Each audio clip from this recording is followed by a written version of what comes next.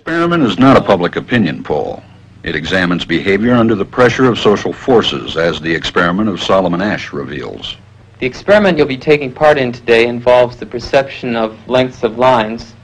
As you can see here, I have a number of cards, and on each card there are several lines. Your task is a very simple one. You're to look at the line on the left and determine which of the three lines on the right is equal to it in length. All right, we'll proceed in this order. You'll give your answer. Only one of the people in the group is a real subject, the fifth person with the white t-shirt. The others are confederates of the experimenter and have been told to give wrong answers on some of the trials. The experiment begins uneventfully as subjects give their judgments. 2, 2, 2, 2, 2, 3, 3, 3, 3. But on the third trial, something happens. 2, 2, 2, 2, 2. The subject denies the evidence of his own eyes and yields to group influence. Asch found subjects went along with the group on 37% of the critical trials. But he found through interviews that they went along with the group for different reasons. 1. 1. They must be right. There are 4 of them and 1 of me. 1. This subject's yielding is based on a distortion of his judgment.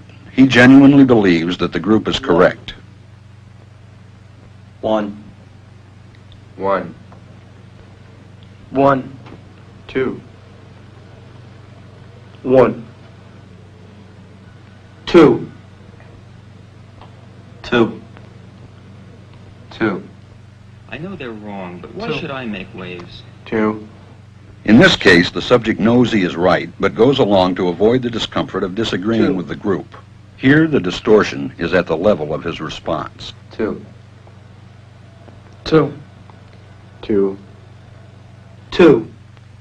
In the previous experiment, the naive subject stood alone against the group. In this variation, Asch gave the naive subject a partner, here seated in the third position, who also gives the correct response. 1. 1. 2. 1. 2. With a partner, yielding drops to only 5% of the critical trials compared to 37% without a partner.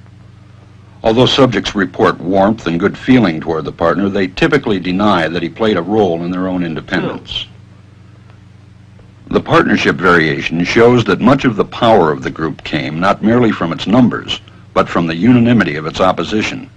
When that unanimity is punctured, the group's power is greatly reduced.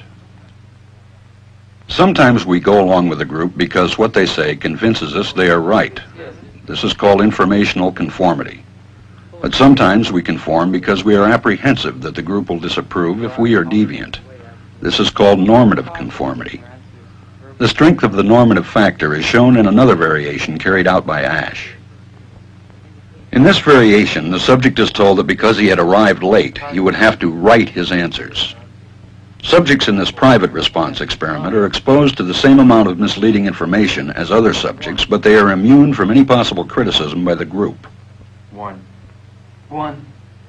1. And this enormously reduces the pressure to conform. Conformity drops by 2/3. Asch's experiment is a classic. It reveals how people will deny what they see and submit to group pressure. It allows us not only to observe conformity, but to study the conditions that increase or reduce its occurrence.